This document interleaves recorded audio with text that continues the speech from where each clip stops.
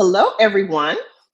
Welcome to Minifield and Associates 5-day series on the 5 lessons going natural taught me about leadership. So, if you've been following me this week, then you know that we are again on lesson 3.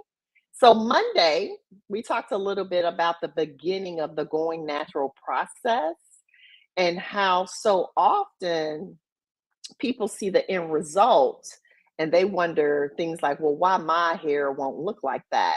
And we analogized it to a similar question that people may have in leadership as they look at a highly functioning team. Sometimes we have, team envy, leadership envy, and we say things like, why my team, won't behave this way, or why doesn't my team function like this? And so the takeaway or the lesson, of course, as a result of that was the fact that just like I had to train my hair in the going natural process to behave and do what I needed it to do. When you're a new leader or when you're a leader of a new team, when you're going through the process, you're trying to shift the culture and make things better, you may need to train your team. But we also talked a little bit about it's not all about just throwing one product in and then saying voila, right? Training is a process, not an event, which then led us to lesson number 2. Lesson number 2, which was yesterday, and literally my mind just went blank. So yesterday, we talked about nourishment.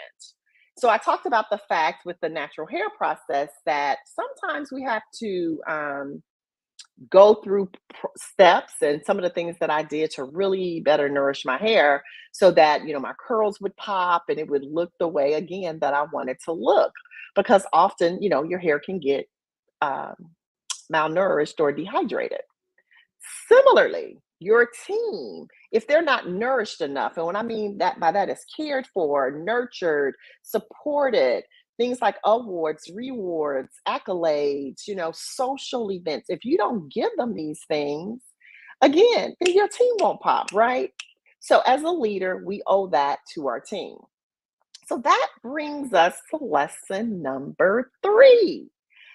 So today I decided I talk about, because today you see I pulled my hair up, right? It's just like in a bun, and it's poofy because for the last 2 days since I watched this Sunday, and for those of you who know the natural hair process, right, you know what I'm talking about. Oftentimes we can put extra water and re-put products on there, but I don't want my hair to be heavy with products. You can also see my gray on the back end too, but I don't want my hair to be heavy with products. And so, what I had to do on this journey, because again, I want healthy hair as well, is I had to learn to be flexible. And as I say, meet them where they are.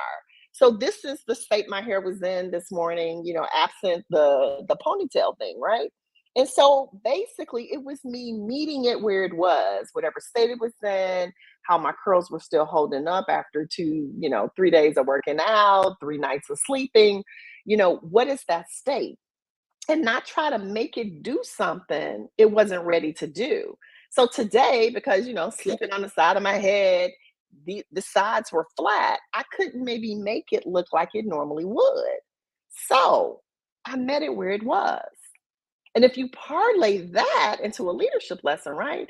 Sometimes we have team members and we have people, and what we're doing is we're trying to get something out of them they don't have. We want them to be at a level that they haven't made it to yet. Maybe they're exhausted, maybe they're tired, maybe they've been through some things.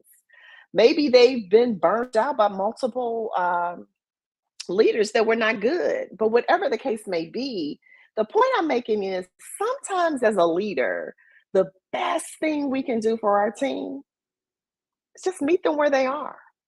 So ask questions. If it means we have to lower our expectations for a minute to help them get a win and then up the ante, then we do that. But at the end of the day is we can't get out of someone or something, including our hair, what's not there. So as a good leader, lesson 3 of the 5 lessons going natural taught me about leadership, I will say, meet your team where they are. Thank you guys for watching. I hope you are finding these valuable. I've been getting quite a few comments about the fact that I created this nexus between going natural and leadership. So I appreciate the feedback, but I hope it's making you think, because some of you are in both of the same predicaments I am, right? A natural hair wearer and a leader, but so maybe you learn something different about your natural hair, but also it gives you an opportunity to re-examine how you're showing up in the workplace as a leader. So take care, everybody, and we will see you tomorrow for lesson number 4. Bye.